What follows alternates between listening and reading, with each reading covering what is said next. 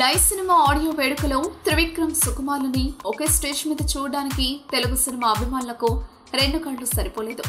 డైరెక్టర్లుగా class peoples కి బాగా దగ్గరైన వీరిద్దరూ విభిన్న కథలను ఎంచుకుంటూ ఉంటారు. డైలాగ్లతో త్రివిక్రమ్ సూపర్ అనిపిస్తే సుకుమార్ తన స్క్రీన్ ప్లేతో ఆకట్టుకుంటాడు. మొత్తం మీద లైవ్ ఆడియో వేడుక వీరిద్దరికి వేదిక అయింది.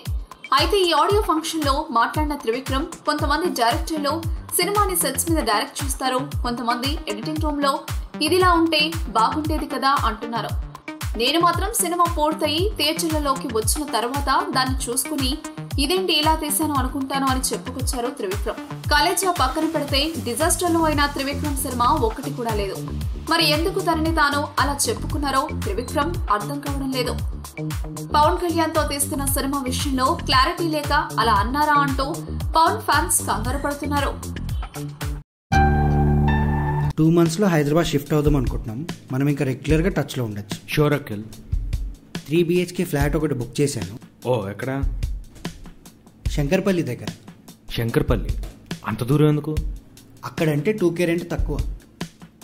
అక్కడికి వెళ్ళడానికి 4K పెట్రోల్ అవుతుంది. మాకు కాదు బ్రో, ఏ? మాది డీజిల్ బండి కదా.